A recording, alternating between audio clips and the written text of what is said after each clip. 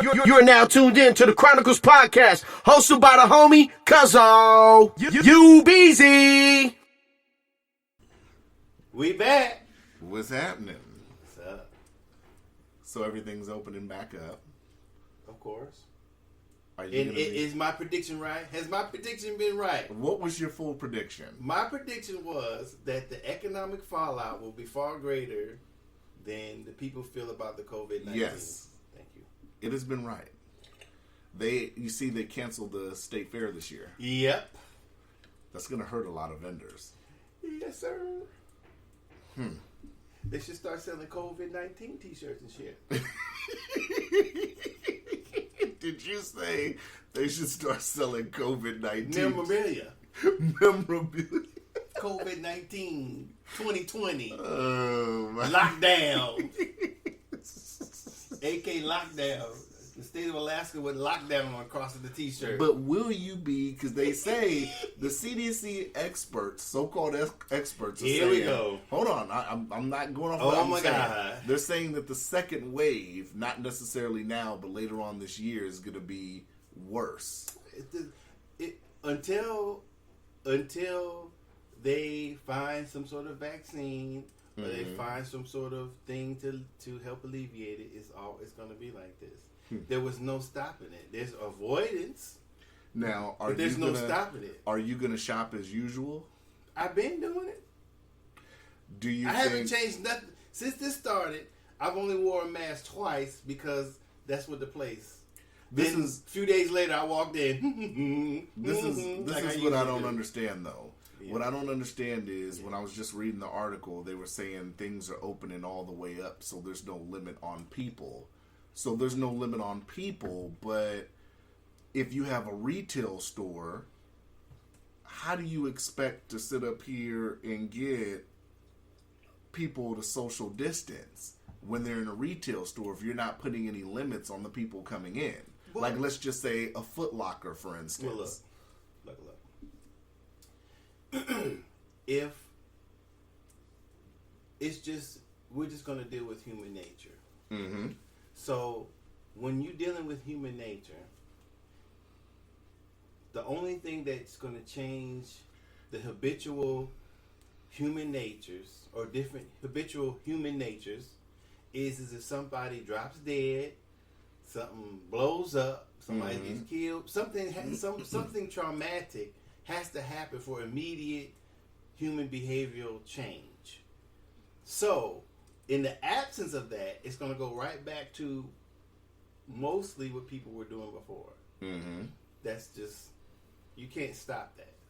But if The only way to change that would be to change your store. And why is that not going to change? Is because to limit people in the store limits sales. It's not going to happen. Period. Docious is the economic advisor now. No. Oh, we know you're not. You don't have to. You don't know what I know about economics, for one. Here we go. Economics. Okay. Macro versus micro. Okay. Bam! What you know about that? But you just said What you know? What's the difference between macro and micro? I don't have to know. All right. anything. I know but you know. You just said. I know you know. You just say. Don't say you. Say I. Say me. I don't. Okay. Me. But This you just right said, there. You just said you're not an economic advisor. I'm not. Because the reason why I say that I'm not, because that will involve somebody doing something with their money, with their hard-earned money, on my advice. And if they lose it all, I am not responsible. Mm-hmm. So I can't. So why on TV do people claim that they have economic advisors on who don't even sit up here because and they talk haven't been about sued, or they don't care? But they don't even advise you really. They just talk about the economy. Well, and that's on CNN, Fox, all of these people. Like when I first started learning about, not really about economics, because I just started learning about economics, which is difficult to understand. But the one economist that I was reading that I liked was Adam Smith, and he's way back in the early late 1800, 1900. So, and that book was pretty thick. But when you have to start, when a person wants to learn economics, they have to get an understanding of economics for themselves. And that's what they should always go with. When nobody, with anybody, stocks, bonds, with anything type of derivative or whatever it is in the stock market, whatever they're selling, ETFs, no matter, new shit, old stuff, then you get your own understanding. Then when somebody says something, you balance that against what you understand, and then you go from there. So it doesn't matter if it's a money market manager, certified public accountant, financial advisor. You have to understand the market for yourself and then go from there. So if you don't do that, then there's no way to determine whether you are making the right move or not for yourself. So when people are on TV, if without understanding what they're talking about, then you're lost. It isn't advice. It's just a bunch of mumbo jumbo. Because there's so many ways to view the market that you have to have it is my belief that you have to have a fundamental understanding of yourself. Not exactly what everything is, but how the relationships and everything work. So how can a store can, because they're not run by the state, if they're a corporate store, they can still make you wear a mask to go in though. Those well, the thing is that's human, but you got to understand. Okay, built into economics is also human nature. So you think that if one store is making people wear a mask, another store isn't, where are the people going to go? I don't know. It depends on the store. Well, for instance, I'm gonna get there. So where do initially where are they going to go? We're gonna go with the type of store, a grocery store. No, we'll go with a simple store, a mom and pop's convenient quick store. We'll go with a store that I went to that I noticed this over the weekend. I went to Ulta. What, Ulta? Ulta. What the fuck is Beauty that? store in Diamond. Well, we'll get to stores like that. Okay. But start at the basic simple store, mom and pop's quick. If you have to wear a mask in there, where are they going to go? Versus a MAPCO, where they don't make you wear a mask. It depends on if there's a lot of things factored in. No, that, well, I am, but I'm starting at the beginning. So when you first get out of the car, you don't have a mask, but they're making you wear a mask. Where are you going to go? Get a mask? No, if you don't have a mask, you're getting out to get something real quick. You don't have a mask. Where are you going to go? They're making you make a mask. To get a mask and come back. Some people get a mask and come back. Yeah, they do, but we're going to get to that. That's debate. That's higher up than getting in your car, going to a different store. Okay. So what store are we talking about? Convenience stores. So like a gas station, right? Any convenience store, mom and pop's, whatever. It's not 7. Can I? Before we go into the scenario, I'm going to indulge your scenario. But first off, I have to say, I cannot stand. This is just me personally. This is one of my pet peeves. But I really cannot stand people who shop at gas stations. Okay, I can't. Well, I don't know why you do. Why? I don't know why. That's none of your business. It's their money. I just don't get why people do that. Just go to the store. It's cheaper. Well, it's not. It may be cheaper, but it's not faster. That's why they call them convenience stores. That's why they cost more. The markup on it's ridiculous. It is ridiculous. But go ahead. But that's convenience. That's why. Right. Okay, so that's why. Hence, convenience stores. Okay, so the human nature would be to, if you're not wearing a mask, because that's mine. If I'm not wearing a mask, they want to make, I'll go somewhere else. There's people who has masks who just forget their masks, have masks in their cars. So that's the other type of person who just they're just not wearing it. They have it. There's going to be those people who never want to wear it. So you have to place your business in between in that. Now, if you're a boutique store or a specialty store, that's a little different. Then the person may have to go in there, especially in Anchorage. Maybe it's somewhere else. It may be those variables may change because there's more stores, there's more people, blah blah blah. But we're just dealing with Anchorage. If it's a boutique or a specialty store, then you either have to get a mask or wait till they open up or go somewhere else or whatever. So you probably wear to get your mask. You probably already know before you go in there. So a store has to base whatever they're selling and how they feel their customers are around that. That's what it is. Me personally, I'll be wide open. You wear a mask, you want to, you ain't got to. Just come in and get this product I'm selling. That would be me. So. Yeah, because I noticed that. Because I went into Ulta over the weekend, and I noticed that they make people 6 feet. They got the markers and everything on the floor. Mm-hmm. You can't touch anything. You can't touch none of the display stuff. Mm-hmm. And you had to wear a mask. And that was, so I'm wondering, like, are they going to sit up here and open up all the way? Because they were pretty strict when I went in. So I'm like, Ulta, what is it again, store? Ulta, it's like a beauty store. Well, that's a specialty store, so they can do that. Because, you know, people they have specialized products targeted to a specific person, and you can't get them anywhere. So people are probably more flexible on rules. But like, you know, ordinary places. Yeah, I was getting Cheyenne a birthday gift, so I was in Ulta, but they seem pretty strict though. So, you know, that's not. That's good. But they should. That's what I'm saying. They should do that for all. If that's the case, all stores should be like that. Yeah. With everything, because it's not only you got hepatitis, you got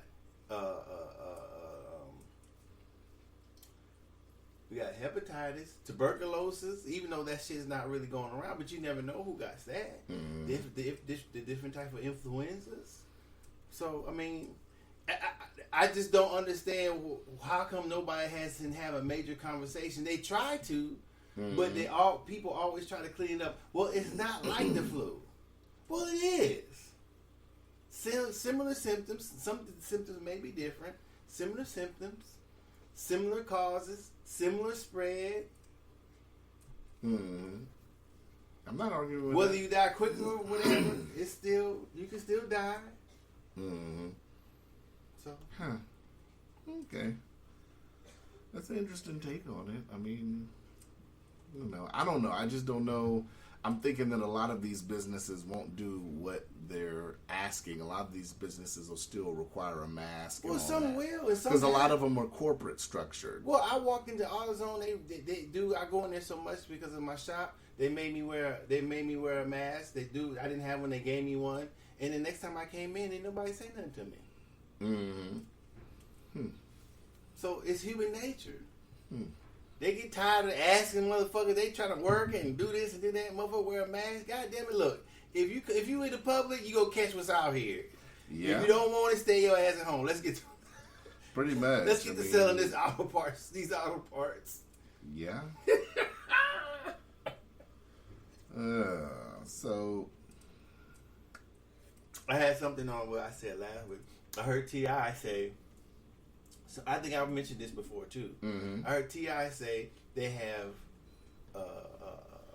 paperwork parties. yeah, I said that before. I think so, but I just reheard that again. I don't know if because we talked about it again. I'll re-say it. So when T.I. went to jail, I was already in jail. I went to jail in 90. When did I get to the penitentiary? 99. So what had happened is the Fed. First of all, the Fed at that time when I went there, the Feds won't let you travel with anything. So you don't have anything.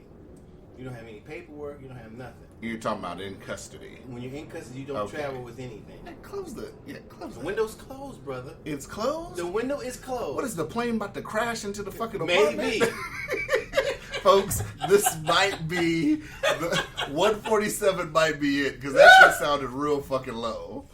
So the Feds don't let you travel with anything. Right. So the only way to get your paperwork is to either when you get to where you're going to have your lawyer or whomever has the paperwork send it to you or get it from your counselor. What had happened when I was in the penitentiary, they stopped allowing you to get your paperwork from the counselor because people was getting fucked up. Right. They were making people get their paperwork, and then if they got something fucked up, boom, they was checking them in, weeding them up, whatever they were doing. So there's I don't know what he meant about no party. There's no celebration. So I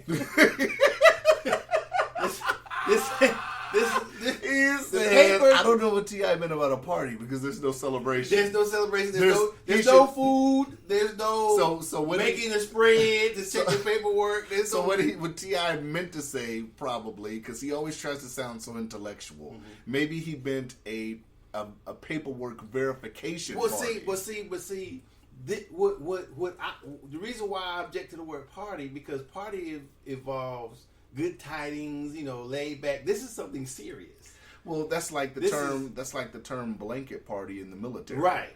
That's the serious. That don't mean we gonna lay a blanket over you, cover you up, make sure you ain't cold, right? Right. That's not no Right. sleepover type thing. And that's what I'm saying. He made it sound like it's some sort of get together, motherfuckers are smiling or whatever. No, this is something serious. So when you get to the spot, okay, so it depends on what spot you're going to too. Right. Because some spots don't care nothing about that. But if you're going to a spot, you're going to hang out with a certain amount of people, a certain group or whatever, they're going to want to see your paperwork. Or they're already going to know. So it depends on how thorough your spot is, because sometimes they already know who's getting off the bus. They know whose names are getting off the bus. They know if they told already. Right. Sometimes motherfucker done got to the compound that same day he laying on the track bleeding. That's where I was at. So, So they already know. Sometimes they already know. Sometimes the motherfucker, as soon as we got in the intake, yeah, motherfucker, I know that was you, and whoop de whoop whoop, and you better not see you on the motherfucking compound. But is whoop, that whoop, because whoop. they're co-defendants? No. Some co-defendants don't know each other. So then how would something like that happen? Because either he's a homie or he knows whomever this person is. Word spreads fast. Right.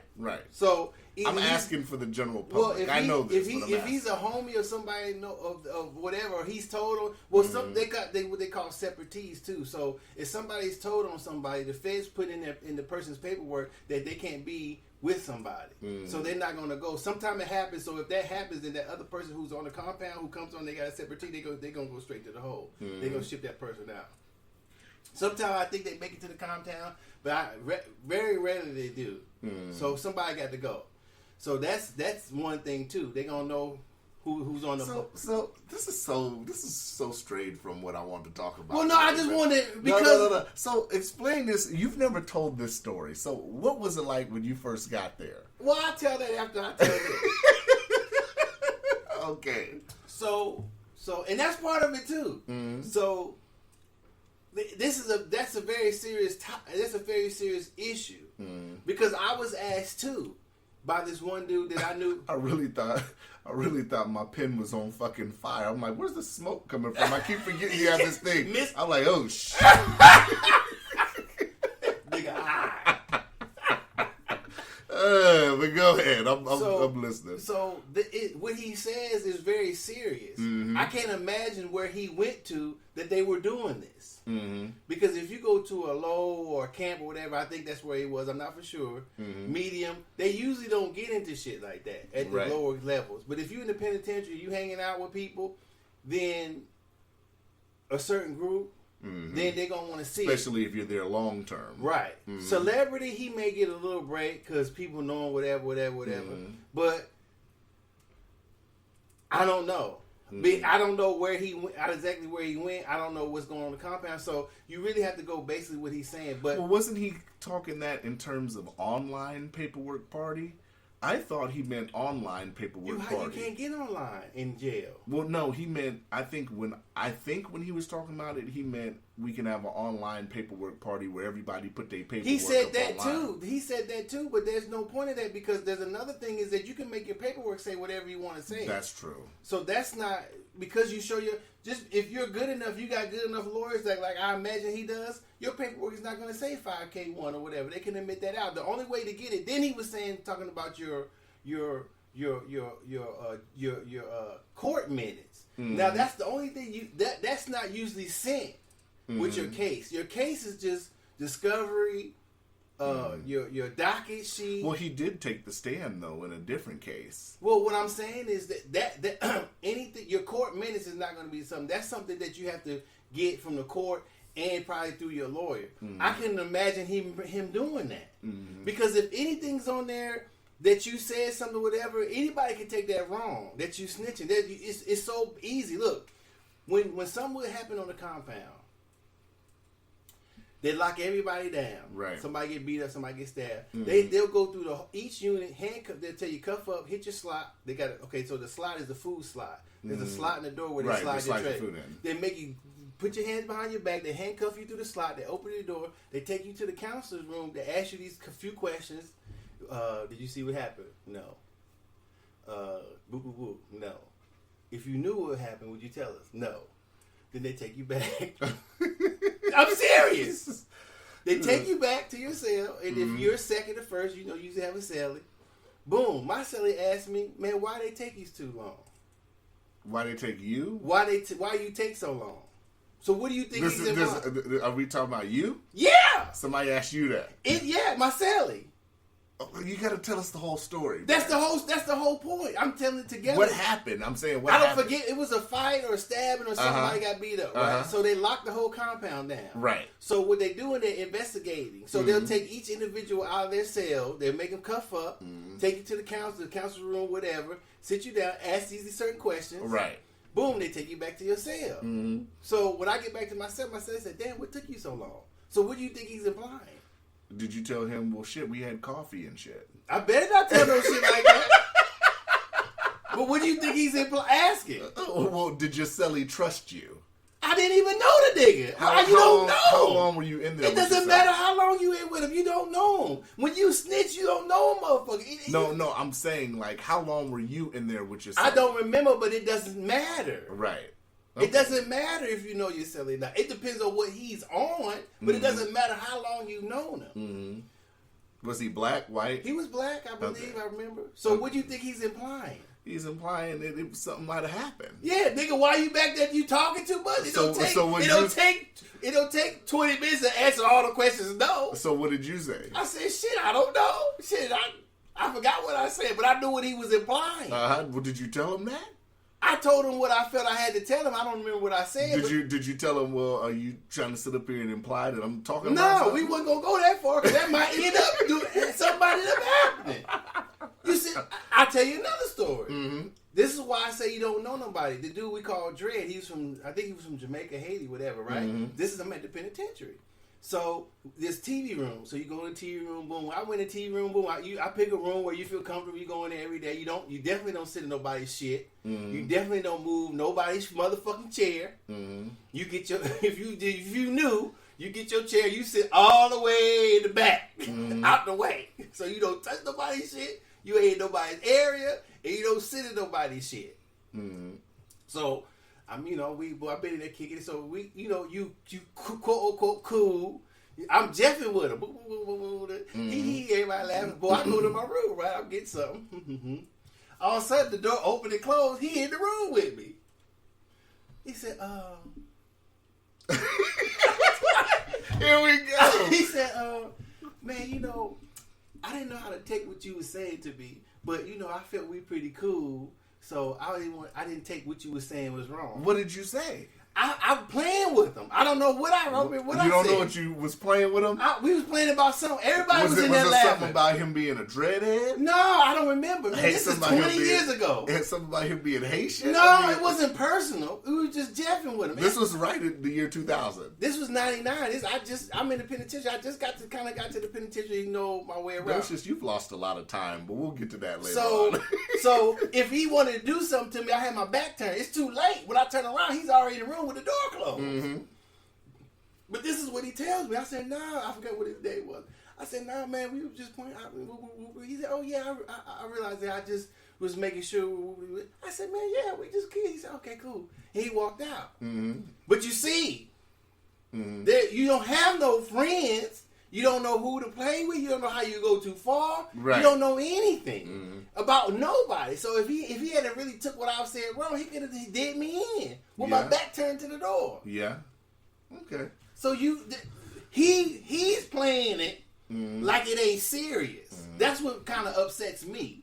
That this nigga on here talking about paperwork parties. It ain't like that in there.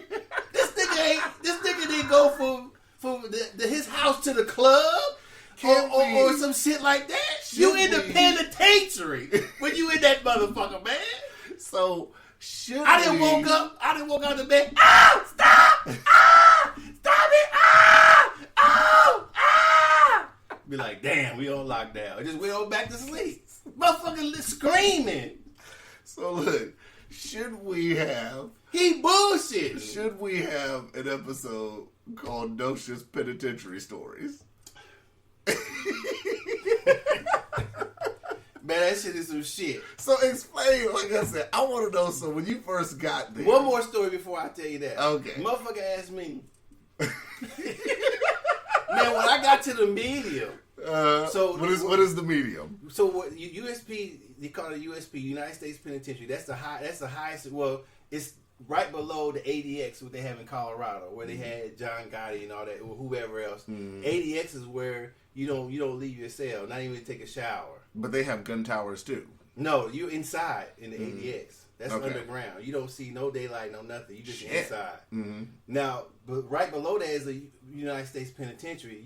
I don't know if they all have gun towers, but we had a gun tower where I was. And so if what the gun tower is used for, if there's a fight or something on the yard, somebody running around with a knife, whatever, they tell everybody to get down, and they start shooting. Real bullets. Not no dummies. The guard hits the window. He got a 360 view of the thing. If something goes off, he got the window. He got the AR out the window, ready to go. So they'll yell, "Get down!" They start shooting, whatever. That shit's crazy. But yeah, I was there with a gun tower. So then I forgot what I was gonna say. What was talking about? I don't know. All you said was you got one more story to tell before you talk about the other shit. Yeah, but go ahead, yo. But the medium, right. Okay, the medium. So that's the high. That's one low level security before the ADX. So this is where I was at the complex in Beaumont, Texas. So you got USP, low, medium, and the camp. Camp is the well, technically the halfway house, but in custody, the camp is the lowest custody you can go to. So in this place in the complex, they build them like that so they won't have to fly you anywhere else. So when I went from the penitentiary to the medium, it was like the penitentiary has a wall around it. It's probably 40, 50, 100 feet high. So all you can see is, if you're not up on the highest floor of the unit, you can't see nothing but up in the wall. You can't see no trees or whatever, because you just imagine yourself inside of a big ass bowl. That's how I feel. That's how it feels. So when I drove around to the medium, it's like, damn, sunshine, trees, grass. It's like you've been trapped in the closet for however long you've been in the penitentiary. So I get to the penitentiary, motherfucker asked me, yeah, man, motherfuckers like, well, yeah, we got more respect in the penitentiary, this and that, and that. And I'm listening. He talking to somebody that I talk to regularly. So he goes, well, I said, man, that motherfucker's crazy. He said, D, why you say that? I said, because the penitentiary is fear. You scared. Ain't no motherfucking respect. The motherfucker's crazy over that motherfucker. Whoever want to do their time like that is either crazy or out their motherfucking mind. So later on we do. He said, man, D, you right, man. I said, what's up? He said, man, I talked to a few motherfuckers. They said you was right, man. This motherfucker. I said, man, if you stay in the penitentiary your whole motherfucking time, you're going to be traumatized. Damn. Because it is not a place where you relax or you be chill at. There's moments, but nah. Damn. So, how I felt when I first pulled up. So, I went from, they got the flu, they don't have a penitentiary up here, so you got to fly from here to SeaTac. SeaTac is the holdover. And so, from SeaTac to Oklahoma, I rode the bus. They have a fed. How long of a bus ride is that? Too motherfucking long to be handcuffed on a goddamn bus. Okay. Then from Oklahoma, did we fly? No. From Oklahoma to Beaumont, Texas, we rode another bus. So you have really no idea where you're going. I mean, you motherfucker, we in Texas now, whatever. But that's my first time, so I didn't know where I was going. So when we pulled up, it looked like a motherfucking 1930s castle dungeon. So you can see the walls, the good tower, because each corner, each wall, certain parts of it on the outside got towers too. But then you see the gun tower. I don't know if you can see the middle gun tower from outside. But you pull in on the bus. It's one gate opens up. The bus drives in. That gate closed. Other gate opens up. You drive in. That gate's closed. I was like, damn, what the fuck did I do? So when you get in there, how did you enter the community? How did you feel when you entered the community? You go intake, right?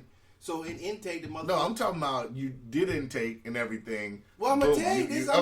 So when you get in, you in intake, they did you shit, they whoop, whoop, whoop, put you in. So the motherfuckers in there, motherfucker, I know you was you. Whoop, whoop, whoop, whoop. You better not see you on the compound. And all of a sudden, he knocking on the window.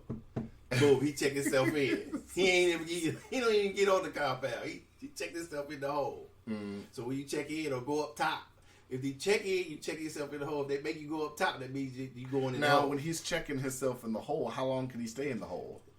Depending on where they can transfer him. Couple of weeks, 2 months, 3 months. They don't care. So then they put you in the intake unit. So my cell in the intake was the dude checking the dude in. That was your selling? Yes. Okay. Dude from Cali.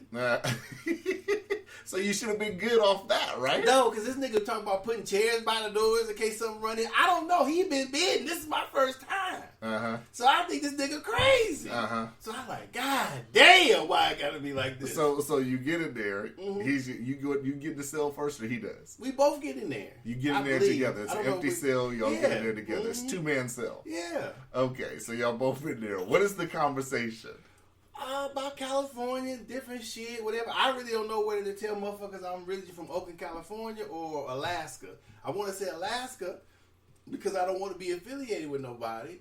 I want to say Oakland because there's probably might be some people there from California. But I don't want to be riding no car where I gotta go, stab, whatever. Right. So I'm not trying to get in none of that. So I'm just trying to navigate. What part of Cali was he from? I can't remember. It's northern or southern? It was, I think he was from the Bay. Maybe I can't remember. I can't remember exactly, but he was from California. So when you just have to. I mean, if you're smart, you play it by ear. And then you just have to keep. I made mistakes. But does the conversation that has to come up about what? Well, what are you in here for? Yeah, I'm sure we talked about that. I was in for drugs or whatever. Maybe. It depends. You got to be careful when you say that. You got to be careful how much time you got. You know what I'm saying? Because when I told people like, man, how much time you got? I got about 169 months. They was like, damn, that's it. Really? Yeah. Motherfuckers got life in 30, 50.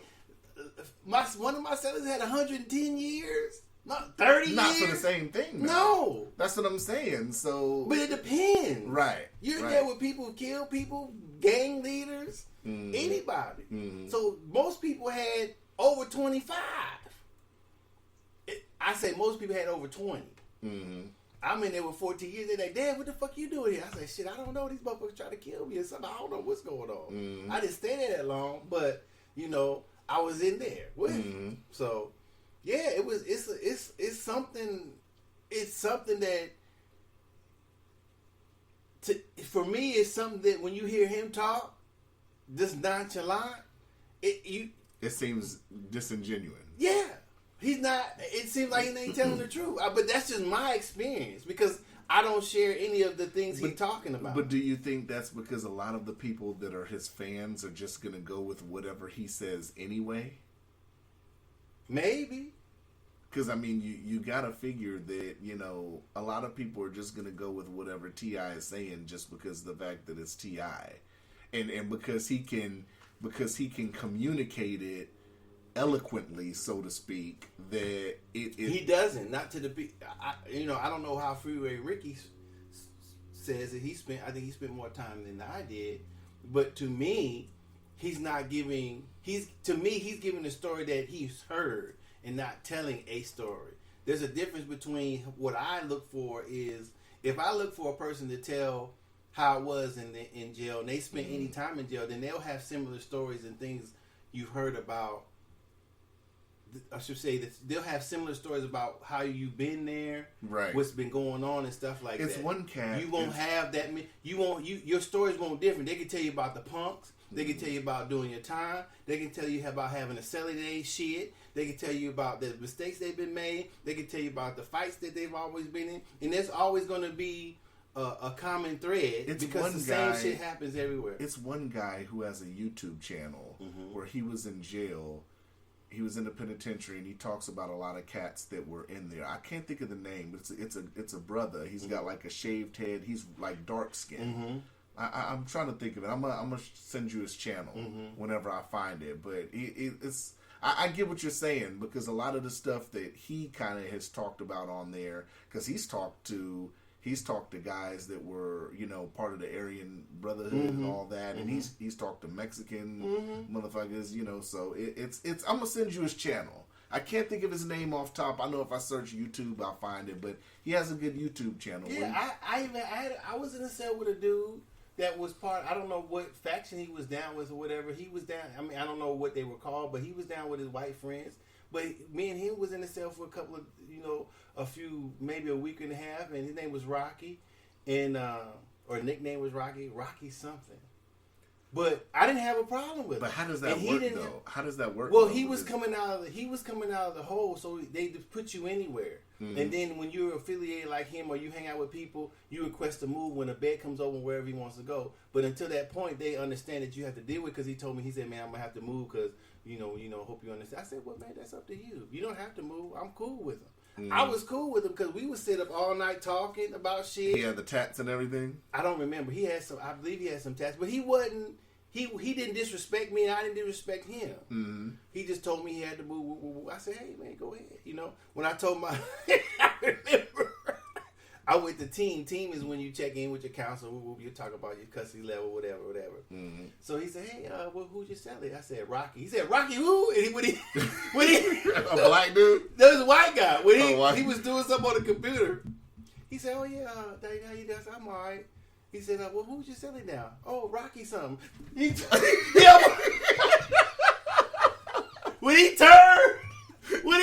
you know how that surprise look when he turned it, and then I was like, "Damn!" What?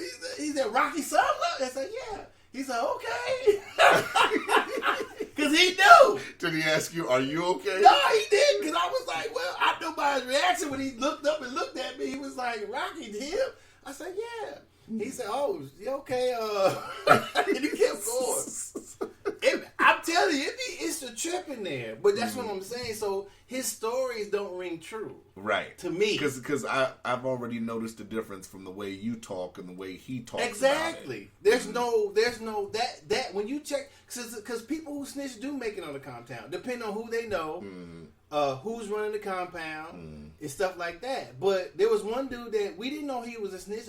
He hung out with a popular dude was a compound. He was from the same town that the dude was from. So that's how he got on. He had a little protection. But something happened. They revealed it. Boom. They checked him in. And it don't matter how tough you are. So with Texas, we're spending a lot of time. What time we at? 37? That ain't all the time. We spending a lot of time on this. It's okay because I didn't have that much. I had bullshit to talk about. Probably already. So how did that work where you were at, as far as like dealing with the Aryan Brotherhood, dealing with, you know, how does like transactions and all that shit take? The thing is, it depends on where you go. Like when I got to the penitentiary, if you're a brother, it depends. I started talking to some brothers with their children. If you usually have some cool brothers. I don't know if it depends on how they feel about you or how you carry yourself. Probably a little bit of both. But I had some cool brothers kind of school me. Hey, don't sit over there. We sit over here. Whoop, whoop, whoop, whoop. Where you from? I'm from Alaska. Oh, okay. You know, ain't nobody on the compound from Alaska. So just ride where we go show you where to sit. Don't sit over there. So they're segregated. Don't do this. Whoop, whoop. They start telling you. You got to listen. You don't necessarily at the penitentiary. You didn't necessarily have to join up with somebody. But if you ride with some people, and the people see you with them every day, they automatically might assume that you riding with them. Say if they go to do something to those people, because if one place gets into it with another place, they'll lock everybody, both places up in the hole, or somebody from another place because they know you from that place. Their people, other people are funking with. You get stabbed. The dude work out together. They from two different places. He been working out with them. He just stab them because they into it. Know him, go work out with him every day. So that's what I'm saying. You really don't have. So what did you think you did? Did you click up with people, or did you look at it more of, okay, I'm black, but well, it depends. Luckily, I played my cards right. I don't know how I did it. You know what I'm saying? I hung out with a few people. We talked, older dudes.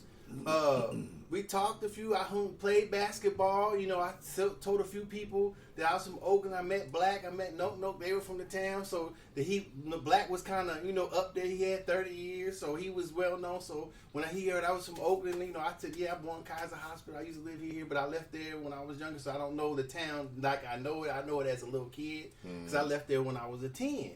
So I started talking to him. Oh yeah. So I kind of hung out with him. He was cool.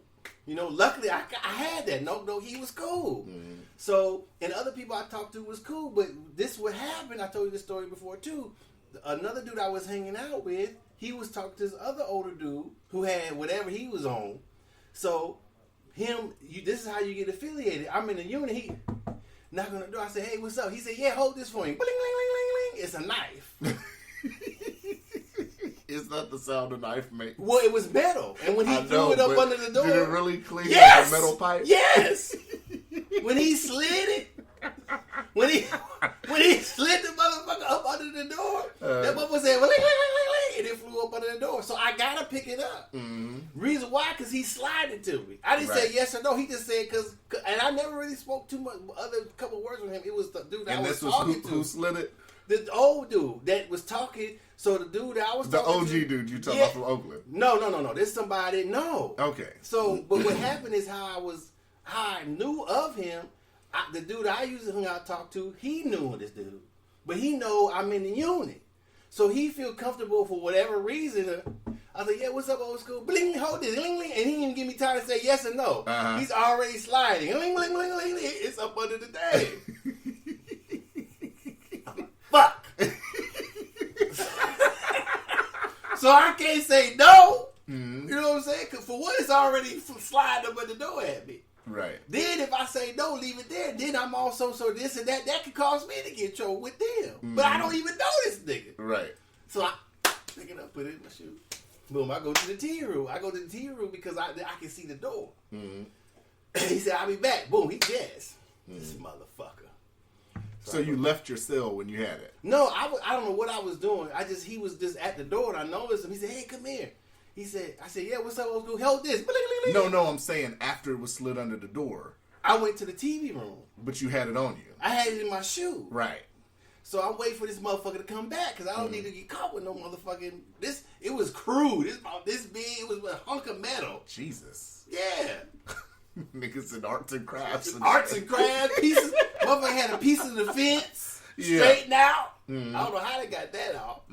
It's all type of crazy shit going on there. So I wait for him to come back. He came back. I sent it back to him. That was it. But I'm just saying, this is how you get caught up in shit. This is how serious this shit is. And when people tell stories like that, the ones he don't sound like he don't sound like he telling the truth. It sounds like he's been told these stories. I want to know the rest of the story. About what? What happened? I slid it about the knife. Yeah. I slid it back to him when he came to the door. That was it. So he came and got it back. Yeah. Okay. All right. But that's. Did you have the conversation like, yo, we don't even know each other like that? Hell no. Did he say it was on orders of an OG or something like that? No. So then, that's what I'm saying. Y'all didn't have that regular... He shouldn't even slid it to me, in my opinion. That's what I'm saying. So, but he did. So he did. You guys didn't know each other like that. Not enough to hold his motherfucking knife. So that's what I'm saying. Was there a favor returned, or how did that work? No. Huh. It was just an issue that you could get caught up in. And he didn't never be like, yo, appreciate you. No. Jesus. I'm telling you, man, this shit is crazy. So motherfuckers go to jail. You gonna have stories like that. It's gonna be shit's gonna be sort of like that. But you didn't hang out with this dude like that. Only through the other dude. Right, the OG dude you started. Yeah. Okay. But did the OG dude say anything about it? No. Huh. It was just don't ask, don't tell. Don't ask, don't tell. I ain't never seen it. Did dude slit your knife? What knife? I don't know no shit about that motherfucker. So eating somebody's ass, that's what you're supposed to say. Shit, hell no, you ain't slit me shit. So how did you guys didn't really interact with the Aryans or anything like that? Then? Well, because I would assume Texas, it would be a larger pop. This is me assuming. You can correct me if I'm wrong. that since it's Texas, but a lot of motherfuckers come from all over because you came from Alaska. Well, it depends. It depends. Well, if the area where I was at, there was a lot of people there from Beaumont. There was people there from different parts of Texas. Honestly, there wasn't never too many white folks. That's what I was about to say. I couldn't imagine it was too many. I never was a place where it was a majority of white folks. So they couldn't really sit up and really flex like that. No, it was just a lot of where if depending on where you go, in Texas you have a lot of Soreños, you have Norteños, you have Texas family, you have all that type of stuff there. So it was more Mexicans and blacks than it was whites. You know, you had a few Latinos mixed in there. So it depends on where you go. You know, they tried some bullshit when we got moved because of hurricane to Leavenworth. They tried to bullshit. Oh, well, we're gonna sit here, you're gonna sit there, we're gonna use this and that. I'm like, what the fuck are you talking about? Then they tried to say, oh, well, only the people from Texas and this and that. So I'm sitting down. They're like, well, shit, I like it. Well, I'm from Texas too. He said, no, you don't have a outside address. What the fuck you mean? My shit is the address of the jail. I've been in Texas 6 years. I got a goddamn Southern accent now. Fuck you talking about? I'm from Texas. You know what I'm saying? Don't tell me that bullshit. Been right with you dumbass niggas. Y'all went on that shit at the other jail, so you come here doing that bullshit. I was like, no. Yeah. But it just be shit like that. But you don't have no power over it though. Huh. Docious, I gotta ask the question. We're talking about jail. What? I have to ask the question. This is, as a podcaster, as the host of this podcast, I have to ask the most important question. What? That listeners are gonna want to know. Like what? As far as rape in jail. What about it? What? Tell us about that. What do you mean tell you about that? Sometimes we need the video because you looked at me like, tell you about what? Well, I'm saying because we're talking about this, and of course the listeners that hear this episode are going to want to know about, you know, what is your experience with that? Not saying you have been. I'm not saying that. No, I'm not. I'm just fucking with you. I know you ain't implying that. Because I feel like this is your penitentiary interview. I never met anybody in the federal penitentiary that I know that have been raped, but it does happen. If you're, I'm a pretty big dude, so that probably stopped a lot of the shit, you know, with me. You know, I didn't, get out there. I didn't owe nobody. You know, if you, it depends on how you carry yourself. If you out there doing drugs, and you own people, you slide up build, it can happen. Slide up build? Slight of build. You're small. You're a small guy. Okay. You know, lightweight. It can happen very easily. Because you got people in there who have a lot of time and their sexuality doesn't mean shit. They gonna get their shit off or whatever they gonna do to you. And if they can overpower you or get you into a position where you owe them, then it can happen. Mostly it was voluntary that I saw. Since when I was in, it was voluntary. You know, dudes for some reason when they get in there, they do whatever they be doing. Did you walk in on something? No. Oh, but okay. you see people going in their cell with the we call them punks. You see people going into different cells with the punks and putting up the little shit sign that be in use sign. When you put that in, that means somebody, because you got a glass slot in the door so the CO can look in. And so when they put the sign up, the lights out in there, then you see them going in there or you see them coming out or whatever. You know the dude who live in there, so you can just assume. But I'm saying, like, so the CO doesn't say anything about that. Well, there's usually only one CO for 200-300 people. So he or she is not, if he opened the door, catch them, if they walking by, they open the door, yeah, they in trouble. But that happens, but it doesn't happen too often, So, no, they say stuff if they catch it. Okay. Some of them do, some of them don't. Fuck motherfuckers say, motherfuckers put the sign up. Some COs don't open the door because they usually use, that's usually a sign of persons that they use the bathroom. But it can be a sign of doing anything. It depends on the CO. CO can, even though you got that sign, he can just open it. He or she just open the motherfucking door and see what's going on in there. But it does happen. This became a really good interview. Well, I'm just saying because I don't know how this turned into an interview. Because it's so interesting to me how people talk about it, And what he says about it doesn't seem, and there's no realness to it. I don't think I've ever seen an interview where T.I. has spoken candidly like what you're. Well, that's why like I think he's not telling the truth. Because it's not, you know what I'm saying? It's not relatable to my experience. None of it. You know what I'm saying? So and you know, like there's one guy that was here. So when I got there, I was there, and then motherfucker, oh yeah, man, there's a dude from Alaska here, man, come on out here. I was like, fuck, because you know, sometimes you're just connected to the people where you're from. Everybody goes, hey, come meet him, because they testing him too. It's like a test, right? To see who is this guy, or to see who you are too, right? So I'm like, that's why I'm like, fuck, damn. Well, why were you concerned about it? Because most people get sent to that place in Washington. I can't remember the name now. Either they get sent to somewhere on the West Coast, not way in the Midwest or East Coast. But I'm over here in the South. You know what I'm saying? So I'm by myself. You know, I feel I'm by myself. But this one dude came, so I didn't know who it was. You know what I'm saying? That's the price. That's why I said fuck. I don't know who it is, because if it's one of a close friend of mine, then we got to ride. And I don't want to be no shit like that, because this motherfucker do something stupid. You see what I'm saying? I don't want to be clicked up with the motherfucker like that. I want to do my own shit. So, and then there was a question about him telling. So no. Let's get. This was before you knew who it was. When I found out who it was, then I was like, damn. Okay, did you find out who it was beforehand? No. So you went in there and you saw him. Yeah, they was like, come on outside. Was this dude black, white? He was black. Okay, so you came outside. I want to know this story. Explain the story. So when they come get me, okay, man, there's some dude here from Alaska on the compound. Come out here and check him out. I'm like, fuck. I'm like, all right.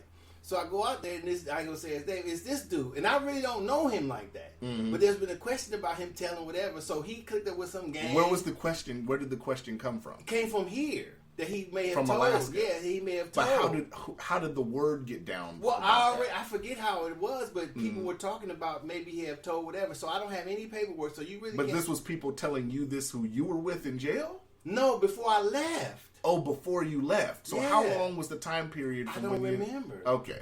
I'm just trying to get Well, he just appeared on the compound. Okay. So he appeared. So I tried to get some background. That's all I'm trying to do. Right. So he appeared. I'm like, fuck. So I go out there. It's him. Like, goddamn. Now I don't really know this nigga like that anyway. So I'm really not trying to hang out with him. So how did you guys? I'm sorry to keep interrupting you, but I'm trying to. Like I said, I gotta ask for the listeners. I feel like I'm asking listener questions. How did you guys know each other here? Because I knew him a little bit on the street here. Okay, not that much, just a little bit. Just a little bit. Okay, go ahead. So when I get there, when I see him, like, fuck this is motherfucker. You know, I'm questionable because I don't really fuck with him on the street. Like, but did anybody ask you that? No, I'm glad. So he get to talk. Oh, what's up, man? We talking. Woo. So I think that was the first time I said, oh, what's up? With a boom, boom. Then I was out in the compound again. He said, hey, man, what's up, man? You know, come and check on me. Woo, woo, woo. See, check this out, man. You know, bring your paperwork. I bring my paperwork. Whoa. He said, you bring your paperwork, I bring my paperwork. Yeah, that's what he tried to initiate this shit. For what? I don't know. This is what I told him. I said, whoa. I stopped him right there. I said, whoa. Hey, hold on, bro. I said, I'm not on that. I'm here to do my time, and that's it. What was paperwork sharing supposed to do for him? So check to see if you told or not. Because motherfuckers don't want to hang out with no rat. So if they find out you rat, But he's the only person that's asked you for your He's paperwork. the only person that asked me for Nobody this. there had asked you. Nobody has never asked me for this but this dude right here. So, but let me pause you again. I feel like this is another question I gotta ask. So, at that time, were you astute in? I don't know if I'm saying that word right. Were you astute in what you're even looking for in paperwork? Because a lot of people say, let's sit up here and, like you just said, the dude said that to you. But at that point in time, did you know if you would have saw some paperwork what you're looking for? Because it's not just going to say on the paperwork, whoop-de-whoop told on whoop-de-whoop, right? Well, what'll happen is, what some of the things they're looking for, they got this one thing, it's called a 5K1. So what a 5K1 is a statute where you get relief for cooperating with you get government. That's you the get most, princess for a day. Well, no, you get a time cut or something. Right. You get that says you assisted the government in some sort of way. They got another statute that you look for too, or you could look for. But you didn't know to look for this then. I at that time I didn't. Right. So But that's what I'm saying. How would he have known what to? Look I don't know. But he hanging out with some gang members and shit. Maybe they told him. Mm-hmm. You know what I'm saying? Or you could have some shit in your paperwork that said you took the stand or whatever, or you got debriefed or whatever. Whatever they're looking for. Right. They're looking for it. So at that time, I told him, whoa, man, I'm not on that. I'm here to do my time. I'm not coming down here to check on you. We're not gonna be hanging out. I go to play basketball. I go to the law library. I go to do my classes. I go back in the unit. I said, I don't want to see your paperwork, and I'm not going to show you my paperwork. Mm-hmm. Whatever you did to get in here, that's what you did. Whatever I did to get in here, that's what I did. That's it, bro. I'm not on that. Mm-hmm. And that was it. Mm-hmm. You know what I'm saying? He left or something happened. He got transferred, but you got to be careful. So how did it come up about it was rumored he was snitching? Well, that was from up here. That wasn't there. Oh, okay.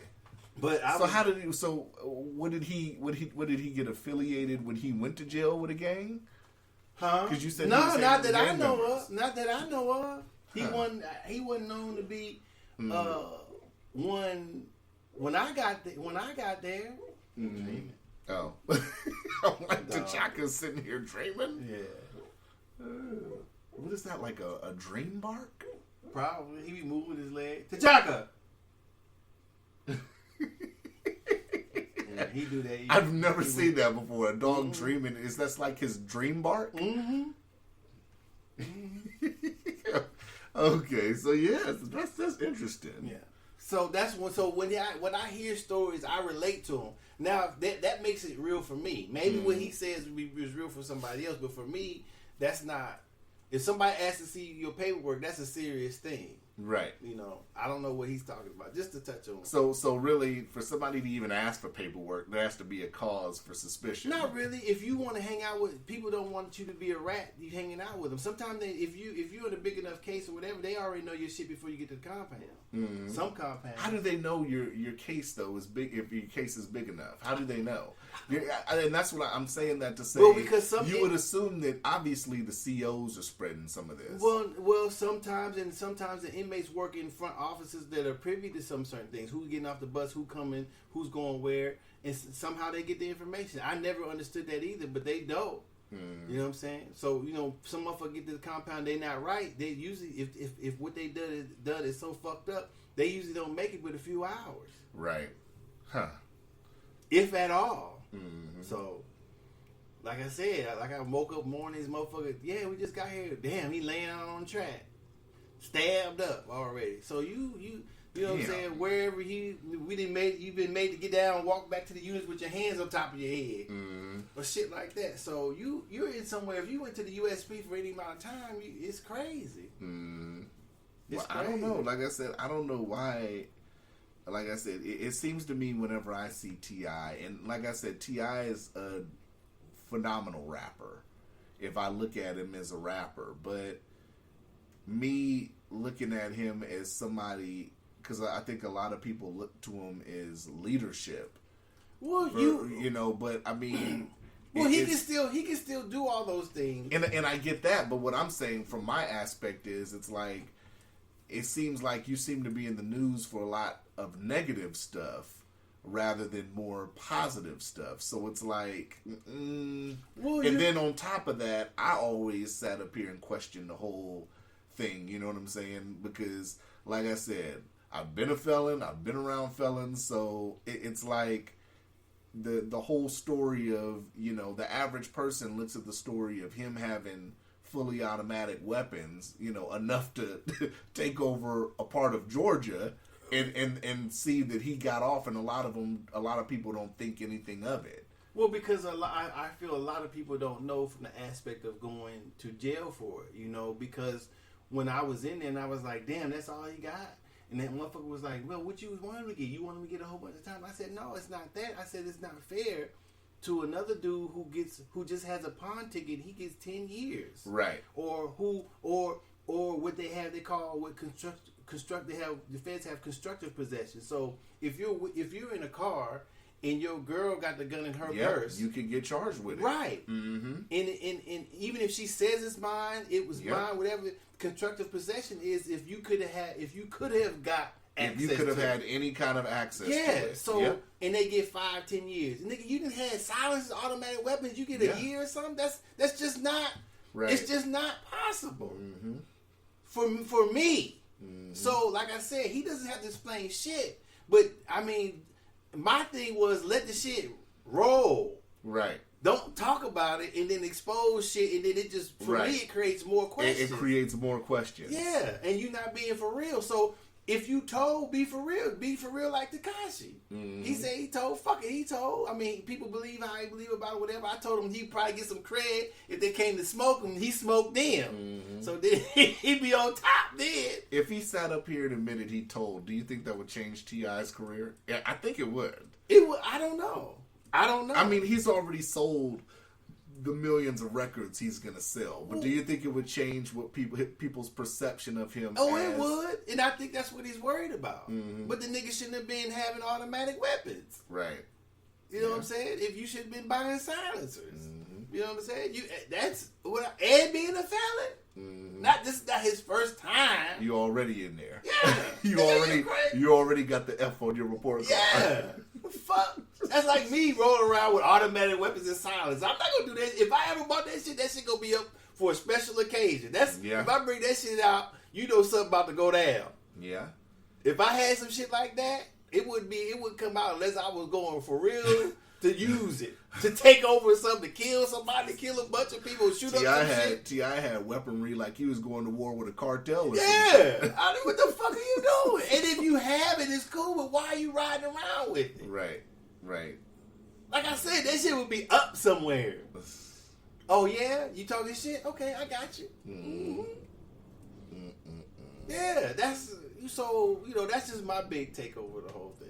So we can get on the subject now. I mean, what time we at? An hour? We already own it. I mean, I hate taking up that bullshit. I feel so funny talking about that shit. But I just, when you hear people talking about it, you know what I'm saying? I still remember my Fed number. This 13646450006. You'll never forget shit. That shit's on your shirt. That shit's on your pants. That shit's on your ID. You just probably never forget shit like that. Not saying that it makes it more authentic, but because that tells where you come from too. Yeah. Your number tells how many people have been convicted that year, and the last 006 is the region where you from. Huh. Damn. It's crazy. It is. When I tell the stories, that's when people are like, damn. We're gonna have to block off another episode. This This episode has been your penitentiary experience. That shit is crazy. But I feel like you have so much more to tell. Probably. That's why I say this nigga telling fables and shit. This motherfucker don't know what he talking about. And it's crazy because, like you said, people listen to this shit, think that shit what he's saying is true. Ain't no such thing as no motherfucking paperwork party. So do you think that? Why do you think that a lot of people glorify the penitentiary then? Because, for one, if you go in there, you get back, and you went in there, you did your time, you didn't tell, whatever. That's part of being in the streets. Mm-hmm. That's part of what makes you get your OG status. It's like it's like the ending or a part of being in the streets. Right. You know what I'm saying? So you guess, but it does that's nothing. one of your accolades. It does nothing for you if you get out and you want to live a simple, normal life. Well, you can always put it past you, but you have to learn how to do that too. Because once you get out, the things that you thought were so you live in a surreal life. So you're living in, if you're trying to change your ways or do whatever, do things different, you're all in your head. Right. So that's surreal. So once you get out, you try to apply some things. Some things work, some things don't. Some things that you have learned, you don't get to use because you're not, life takes you in different areas. So when you have a plan to get out, then things are moving. But a lot of people too don't realize that time has passed them by when they get out.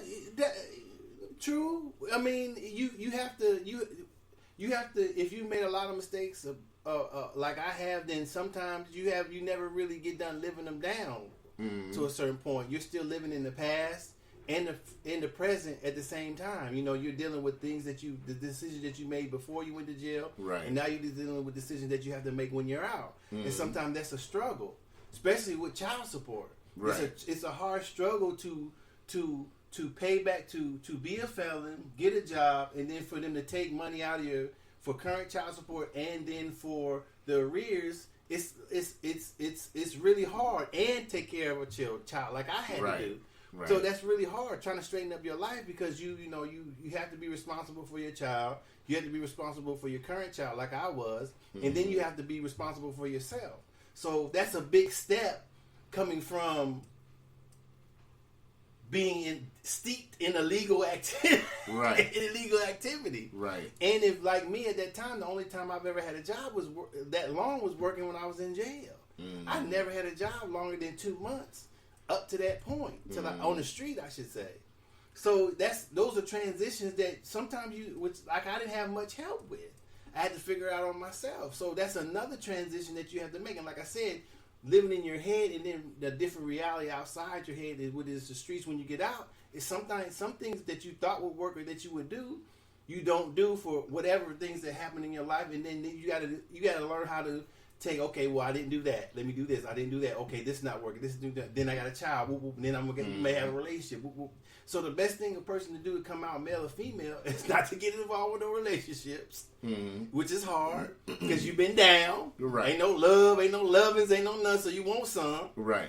Try to not make any bad compromising decisions, which is hard because you've been down. So and if you're coming from a place where I came from, where you're deficient in knowing how to navigate these things. So when you go to jail, I personally fit in all the categories, which is never had a job, steeped in illegal activity, bunch of short-term relationships, bullshit-ass relationships. So I got all this baggage myself, right, coming out.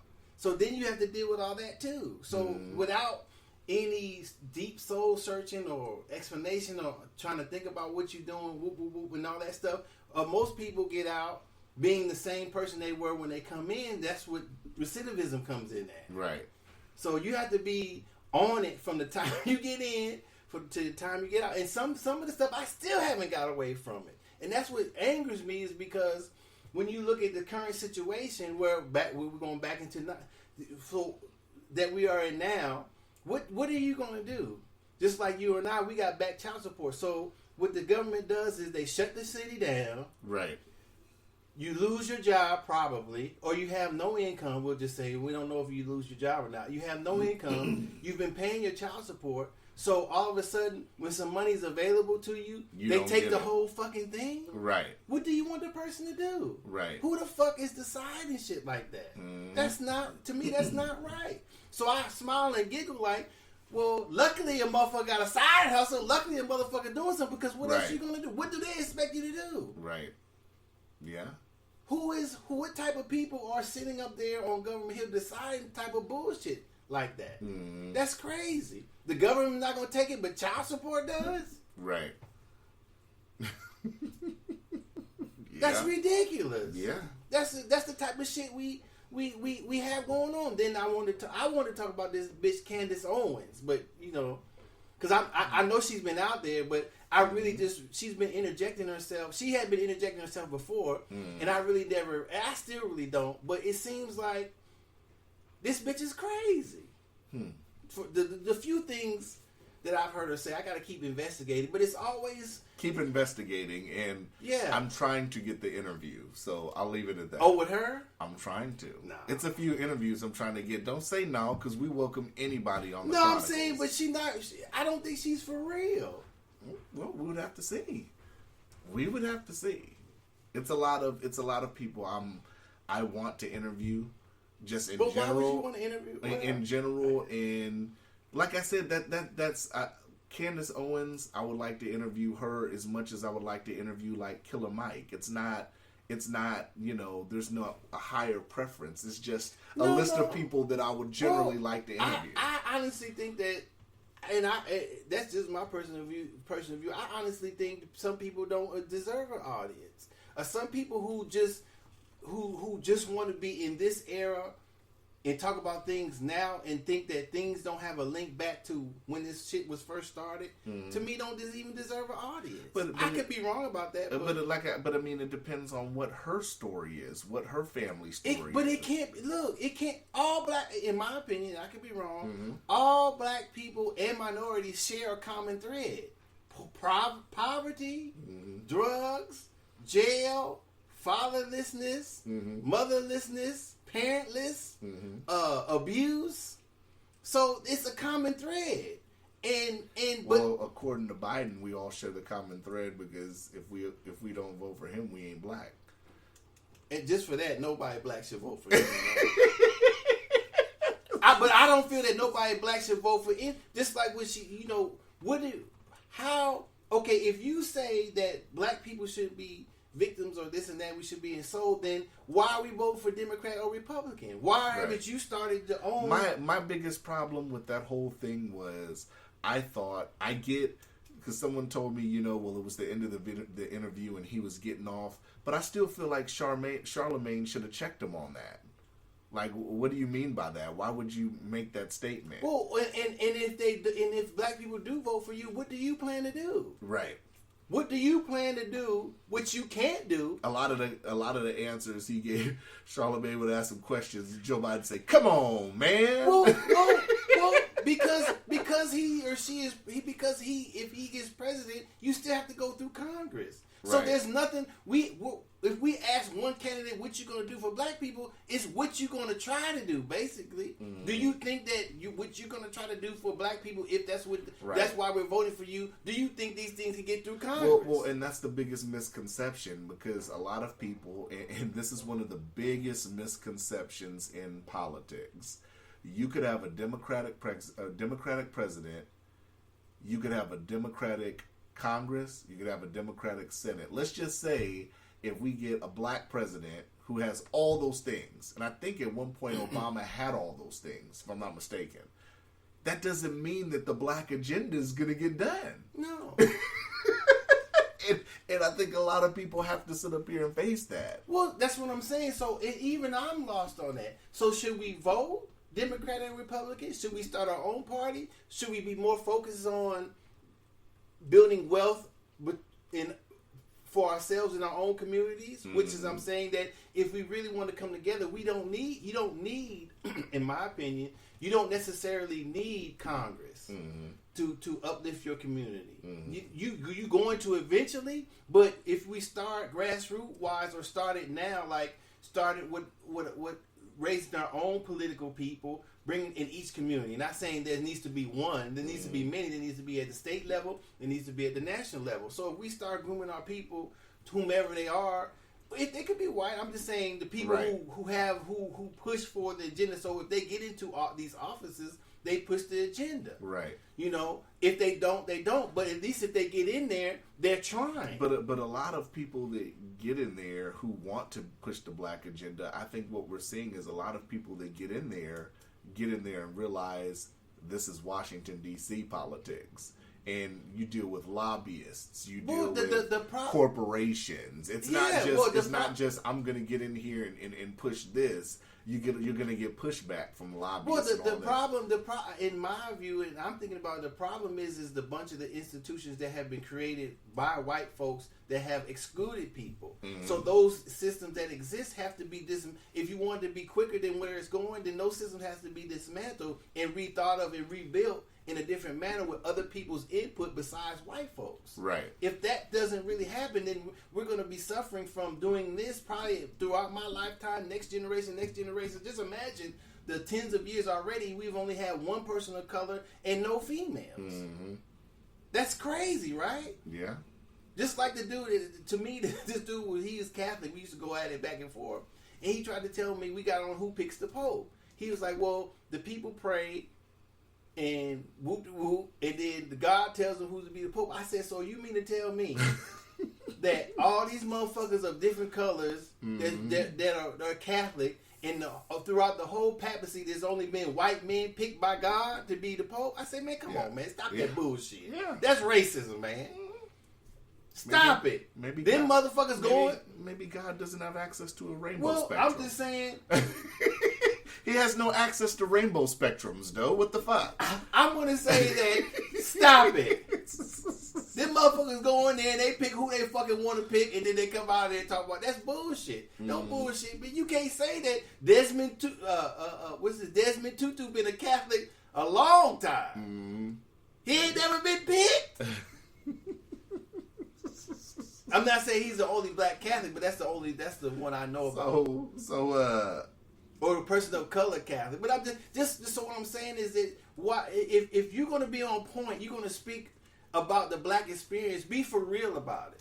Don't sit here don't sit here and say, well, quit telling the people. She was like, well, every time election comes up, there's always something that comes in up before the election that's a distraction. No, Candace, they've been killing motherfuckers whether it's election or not.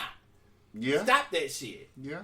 Second of all, if you're talking about voting Republican or Democrat, you're still selling the same illusion that they've been trying to sell us from the beginning. Yeah. You ain't talking about nothing different than nobody ever said before. Vote this, vote for that. Well, what's changed? I would rather cast my vote for a candidate who doesn't win, but at least talks about the agenda. I agree with that. Because that's all we getting in the first place anyway, right? That's all we're getting in the first place. So why not start our own thing and or at least have a candidate put forth? That whole thing to me, that what we talked about before, that whole election shit needs to be changed. Yeah, it does. But I just had her on my list. But like I said, I have a general list of people I want to interview too. Right, but then you don't never hear him talking about that. You hear him talking about regurgitating, remixing the same shit of old. Well, hopefully if she comes on here, hopefully we can sit up here and have this discussion. And like I said, it's a list. I've hit up a lot of people recently. Yeah. And one of the interviews I want, hopefully he responds, because I've hit him up 2 different ways. I've asked Lloyd Banks to come on the show. You back to that bullshit. I've asked him. Why? Because, number one, I don't agree with DMX's comments that he made. Okay, you don't have to. And I agree with him, but DMX isn't a lyricist, so that's like... Okay, so what's the difference between an MC and a lyricist? Explain that to me. An MC is someone who can sit up here and put together, in my eyes, a master of ceremony. You can entertain the crowd with a great song, and the song's good because of the content of the song, not necessarily the lyrics. DMX, in my opinion, isn't a lyricist. He has great songs, but nobody never sits up here and talks about DMX. You can't. But see, you can. I don't think you can. You can use whatever you want to. But when you go to generalize it because nobody talks about it doesn't mean he's not a lyricist. That's not fair to any But artist. that's the same thing both ways, though. No, it's not. It's first of all, it's objective of how you feel about the music you're listening to. That's number one. Right. So that goes both ways, though. But you can't say what other people how they feel about his music. That's not fair. If you're going to judge the artist, you can only judge it from, in my opinion, you can only judge it from your perspective. Not just to say, well, he's not a lyricist because other people don't talk about it. You don't know how other people feel about an artist. So I can say the same thing about Banks then. You can say that. That's just what I'm saying. When we talk, that's my opinion. That's your opinion. Right. But I'm not going to say because I have this because nobody else does. That's not fair to judge. That's how I feel. I would like. So it means just because you say nobody else or whomever says nobody else talks about how lyrical this person is or isn't doesn't mean nothing. I'm trying to turn my pen back on. I've been trying to turn it back on. Before I even get back to that, somehow you were talking and I like double clicked my pen and turned it off. And I've been trying to turn it on for 5 minutes and the shit ain't been turned on. But yeah, I don't think that DMX, the way DMX made those comments, he made those comments as somebody, I feel like he said it like he could go in the booth and gas Banks now. And he was looking crackheadish. And I'm just like, well, that has to, because he smoked crack, that has nothing to do with whether he can rap or not. That doesn't take away from who he is as an artist. This is true. Okay. So I never, for me, what's his name? Lloyd Banks. I know I've been calling him Food Banks, but that's just got me fucking with you. But Lloyd Banks has never been, maybe he is underrated, but how I feel about somebody who, I remember with DMX's first album, and I bought it. Right. Not I did saying too. that I like everything on it because I don't. Right. But the stuff that he's been on when he's been on is hard. But the reason, but that's just me personally. But I think the reason a lot of people like DMX isn't the bars he has; it's his delivery. That's what I'm saying. But that's part of being an MC. If you're a master of ceremonies, like you said, that's part of being a good MC. I got it. Oh, you got it on now? I think. Hold on.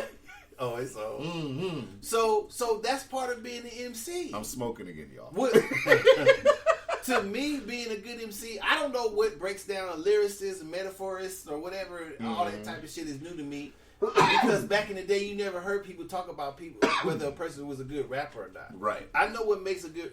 I know. Well, if you look at the psychology of music and what it is to make music and what people like to listen to, so normally people listen to stuff that's on time, stuff that has a good beat, and your voice over it just containing to. Well, I guess it's any singing song or whatever, but particularly to rap. How you are on the bars. This is what the theory of music comes in at. So when you're doing it like that, even if a person doesn't like it, it's pleasant to listen to. Right. So then that engenders a person to listen to it because of how it's made.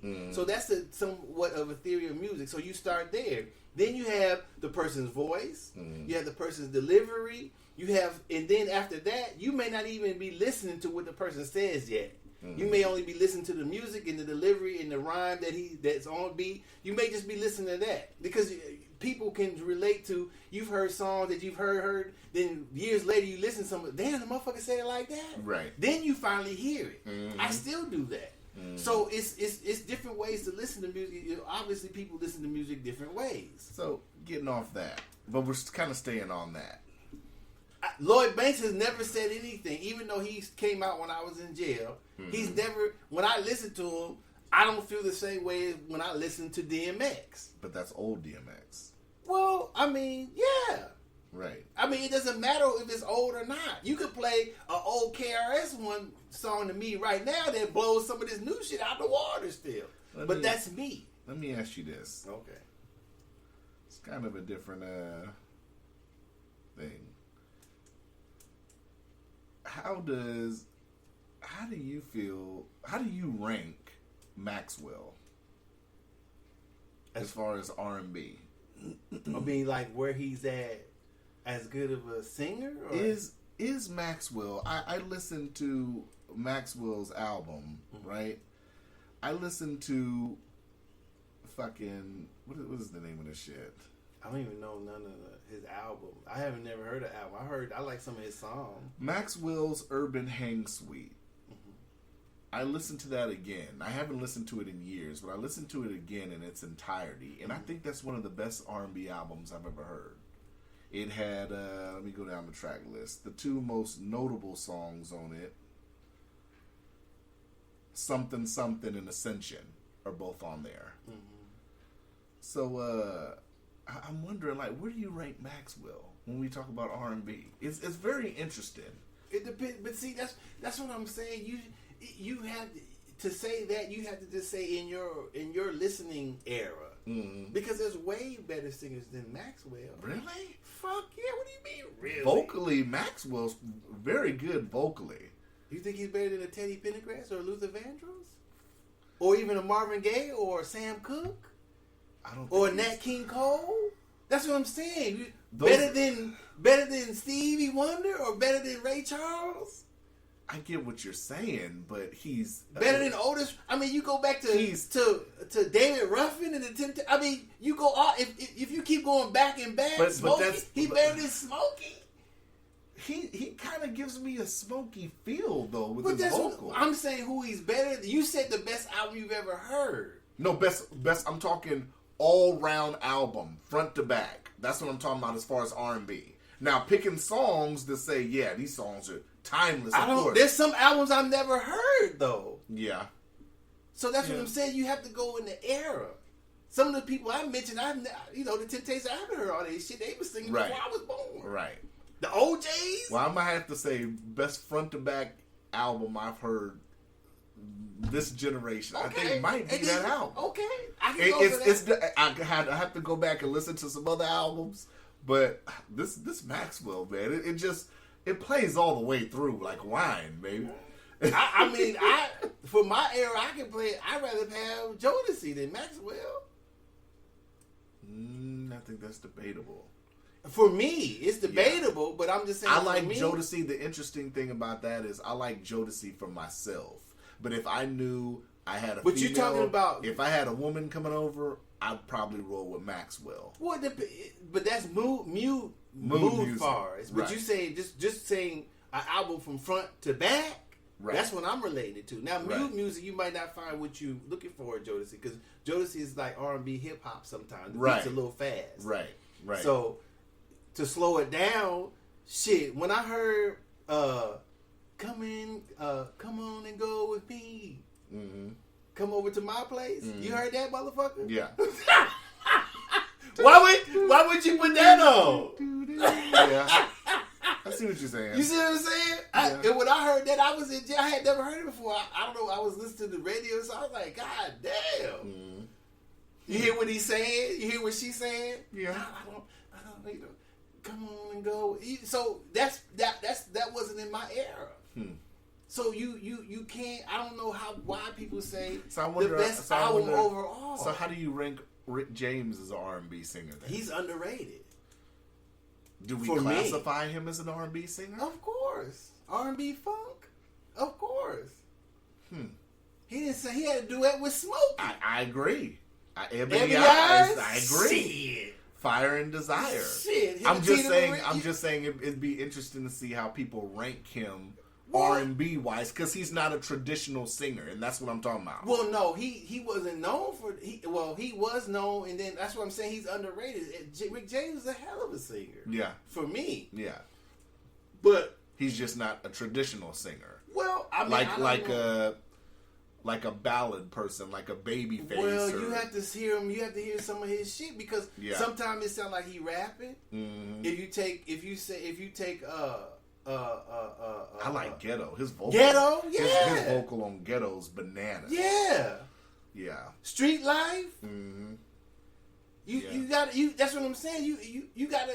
Some people who never heard this shit before. Play that in the car. Yeah. Don't mind me. I'm looking it up for when I get in the car.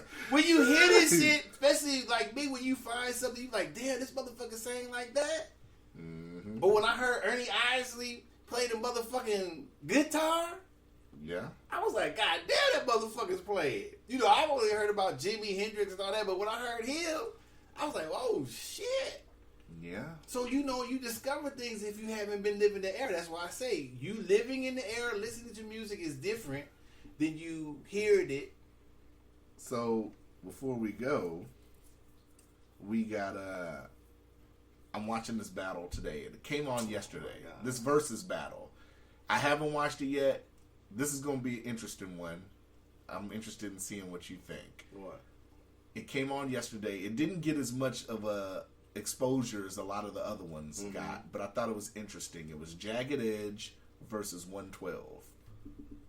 Oh my God. Do you like either one of those? I like both of them, but I don't think 112 can hang out with no Jagged Edge. I don't know. Man, please. Me personally, if I had to pick a song to play, if I had to, like I said, I'm a mood music guy. That's like so when I'm relaxing with a female, I think I would play 112. Like Jagged Edge has. It depends on what mood you're looking for. Jagged Edge has a lot more commercial, like their "Let's Get Married." You know, that was the big wedding song when it came out, and but that's more commercial, where the party at and all that. But 112, to me, 112 just had them. What do you mean, Peaches and Cream and all that? They had the same type of hits. Come See Me. They get the Jagged Edge got some raw ass shit. What are you talking about? They do. I'm not saying that. I'm just saying that's but I'm saying that's I don't know. I don't think 112 can hang out with Jagged Edge. Well, we'll see, because they had the battle yesterday. I think they do that shit on purpose. I don't think they put people who. I guess that's what it's about, though. I don't know. I would pick Jagged Edge over 112 any day. Really? Mm-hmm. That's like trying to put one of these. You put "Let's Get Married" over "Only You." No, but I put a different song in. I don't even think those are two same separate songs. I mean, that's like putting them with High Five. Well, 112 has more hits than High Five. Of course. I'm just saying. But 112 has hits, though. Yeah, they do. I'm not saying they don't. Cupid? Yeah, I don't see, but all those songs you mentioned, said "Only Me." I never heard that. I don't think. Only You? Only You. The one with the Biggie remix. I thought I told you that we won't stop. Yeah, that's what I'm saying. But those are all like hip hop mix. Those aren't ballad music. They're not singing like Jagged Edge. Jagged Edge sings. Not saying 112 doesn't. Yeah. I can see what you're saying, but they got some songs. They do. But I think Jagged Edge got them. Cupid's like a ballad song. No, it's not. Cupid's not hip hop. I have the Cupid. Cupid doesn't lie. Oh, yeah. Cupid was banging. But that's like put him up against boy. I know my singing's horrible. Mine but I wasn't too. trying. Put him against Tevin Campbell. Yeah. Yeah. But Tevin only had like a couple joints. But he can sing though. Yeah, he was sing. the motherfucker was like that. It depends. I mean, it depends. It also depends on Did what you Tevin like. Campbell ever come out the closet? They found out about him. I think that was the end of his career when they found out about it. Huh. But that boy can sing though. Yeah, he can. Yeah, he definitely could. Yeah. So I mean, I don't know. I guess it's just about what people like. That's like putting one of those groups against Mint Condition. Yeah. Or Tony Tone. Yeah. Come on, man. Silk's dope to me. Ooh, Shy. Yeah. Okay. All right, I ain't got nothing else. This was a great interview. This was Docious Penitentiary interview. Somewhat. Somewhat. I know I'm missing some things, but I guess I can talk about it on the next. We're gonna have to just give you a whole episode. No, you don't have to give I would like to do that because I really enjoyed this episode.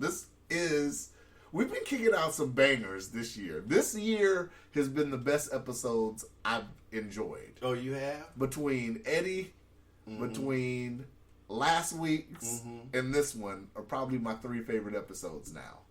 Hands down. Oh, yeah? Hands down. I don't want to be kissing my own ass, but these are my favorite episodes. Okay.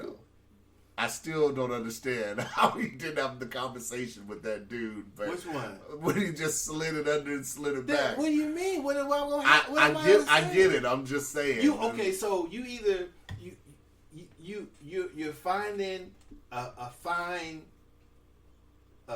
balance for what people think about you, how you carry yourself, and what you do and you don't do. No, I get that. I totally get that. I'm just saying. Like, so anywhere in that, if there's any disruptions, it can be saying, detrimental to your physical health. I'm just saying we'll save it for another time, but my question was just going to be, did you do something and he did something for you? No. In the future? No.